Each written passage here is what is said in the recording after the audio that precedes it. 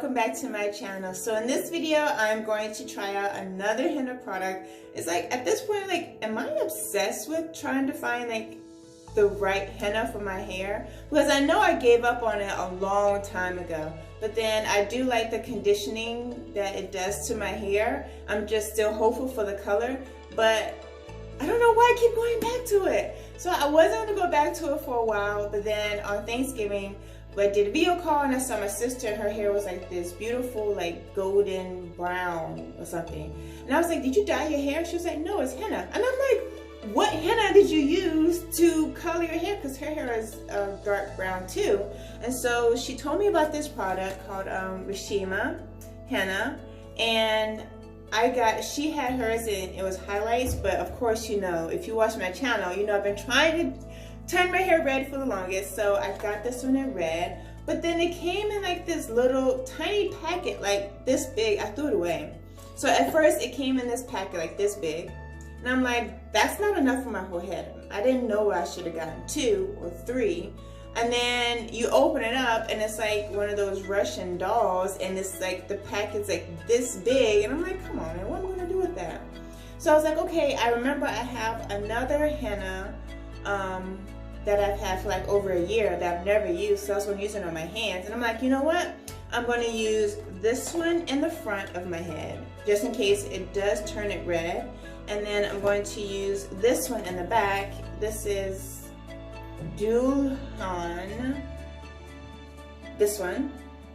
I got this from an Indian shop where I shop there a lot to get my spices. And I was like, okay, I'll just use this in the back. I don't expect this to turn my hair at all, so I'll just use this for the conditioning. So this would be for the back. So this is the Rishima, this one. And I can tell like the difference. You can see the difference. This is the Rishima that's going to go on the front. And this one is the Dalhan, which comes with more, is this one. So this is what I'm typically used to seeing in henna, is this color, and it never changes my hair color. But I am hopeful for this one because this one's like darker and you can see like it might do something. So we're going to see. So in the next clip, I've showed you guys how to install it all before. So I'm just going to do like a really quick clip and fast forward through me installing it and then on to the end. Oh, side note, one thing that I do like about this, I was taking my hair down and I thought about it, that this one, because typically with henna, you have to have clean hair and you cannot rinse this out. But with this one, you can apply it on dirty hair and then you can leave it in for like 30 to 45 minutes and you can shampoo it and condition it.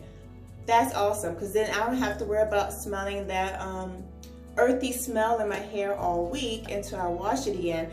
And I don't have to worry about it bleeding all over my pillow, so I have to sleep on a towel. And I don't have to worry about my hands staining all week. I mean, I'm pretty sure my hands are going to stain, but it shouldn't, not after I shampoo and condition it. So it shouldn't be like this stain on my hand. So yeah, I just want to say that quick, like 2 cents.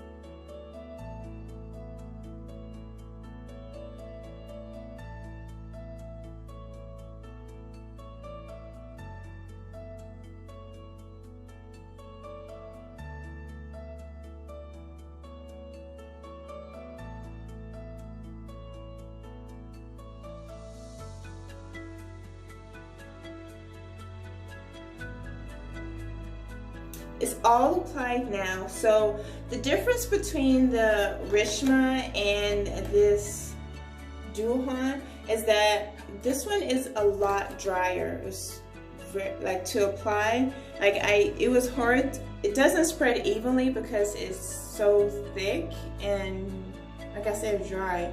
So I don't know if my entire hair is going to be colored in the front. It might have some of my natural hair streaks in there, but I try to smooth it in as much as I can.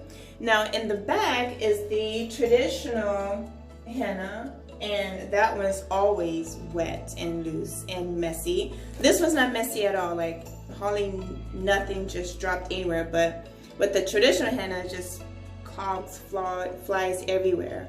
So you're supposed to leave this in for 30 to 45 minutes, but I'm gonna leave it in all day just to hopefully get the color in there as much as I can. And the back, I wanted to have time to condition as well.